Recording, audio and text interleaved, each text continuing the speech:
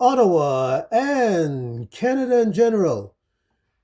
Today we're talking about what in my view are the potential consequences, things we need to consider as Canadians in light of Trump's invasion of Venezuela.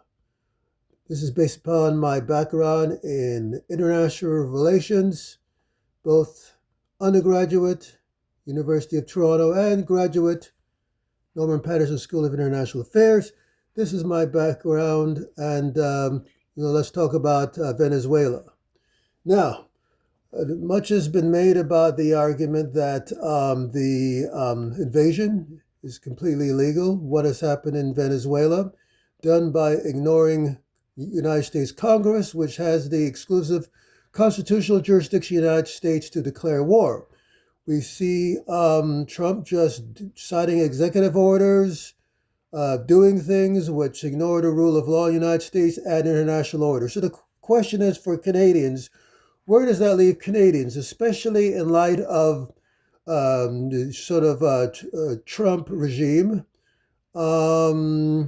saying that it's going to exert the Monroe Doctrine, that every country in the Western Hemisphere, which includes Canada, should be considered a vassal colony of the United States, and that the United States owns the Western Hemisphere, so to speak, and can just go around invading countries. And this is just the first step, invading Venezuela, into a long step of asserting U.S. controls. What does that leave Canada?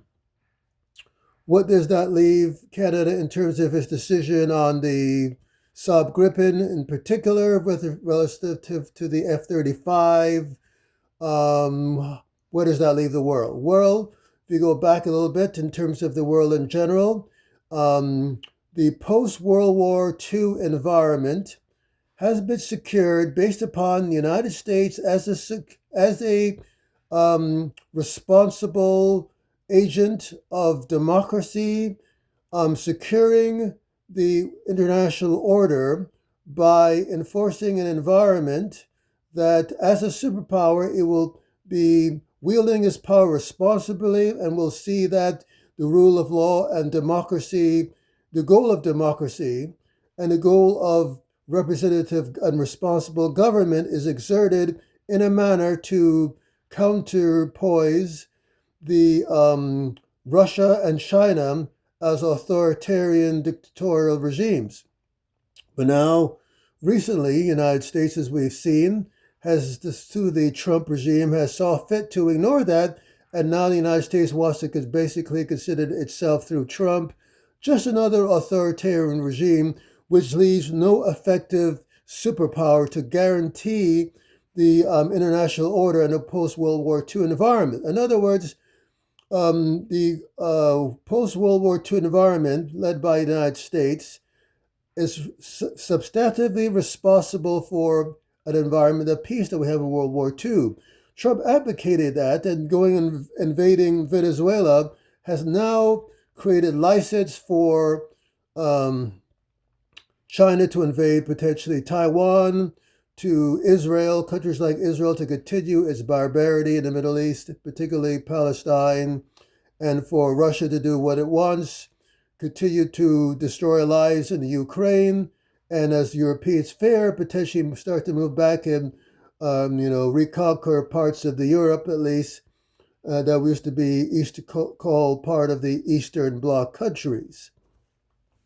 So, in terms of Canada, in terms of the Saab-Gripen deal, any responsible Canadian out there, and I think this is the majority of Canadians, I heard that it was a poll, 70% before this invasion thought that, we should acquire the Gripens, because what's the point acquiring an F-35? I mean, if Trump decided to invade us, he wouldn't even have to, he would do far less work by just grounding all the F-35. So Saab-Gripen is an obvious choice for any government, responsible government seeking to guarantee security. But where does that leave Canada in terms of its broader implications? I mean, Saab has suggested we have to wait 3 years for these Gripens. So what are we going to do in the meantime? Well, for Canada and for any country seeing this craziness unfold with respect to Trump and Trump embracing the Monroe Doctrine, the least countries who want to guarantee their sovereignty with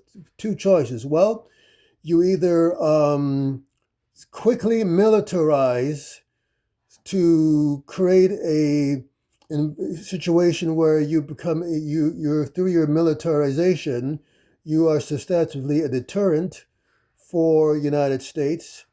That is one approach. Create a conventional deterrence. I mean, Canada has talked about 300 citizen soldiers, stuff like that. But the ultimate guarantee that now many countries are going to be faced with is, well, if the United States is not going to guarantee our territory, if we're going to be potentially another Venezuela, we might have to acquire nuclear weapons. Again, I'm speaking in the backdrop of Garpardi's important book, The Scary World of Nuclear Weapons. So, in the ultimate means to protect yourself from United States invasion or invasion from Russia or China is to protect yourself and with nuclear weapons. So the Trump doctrine of related to the Monroe Doctrine, that is going to create a more unstabilized world where countries see themselves as needing the nuclear weapons just to protect themselves from the Trump, Russia, or China. So this is not good for the world in general, not good for sovereignty, not good for enforcing the environment as preventing another world war from breaking out. And this is just going to push the world closer and closer to World War III.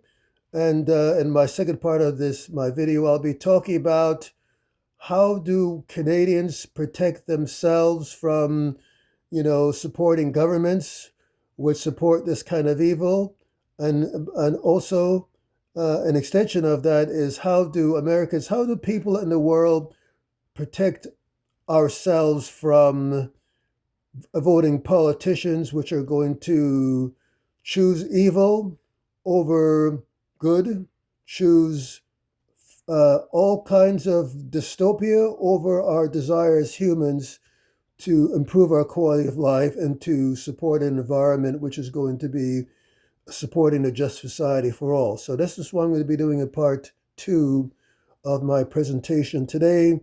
Part 1, we just focused on the implications of Trump's invasion in Venezuela and its destructive implications for the world without, another world war. So part 2, how do we protect ourselves? Because most Americans does not want this. They did not support it. They supported a Trump that wanted to, stop all the wars and stuff like that. And now he's starting them all, embracing imperialism in Canada. We keep elected governments which say one thing and do quite another. And I'll talk about how we could avoid it in the future. Thanks for watching. And try to like and subscribe this channel. Our goal is to get 1,000 subscribers in the next couple of weeks. With your support, we can get it. And that will give us hopefully resources to further expand, get more great interviews on here, and to serve people who are interested in dialogue and discussion online in terms of how we can support a just society for all. Thanks for watching.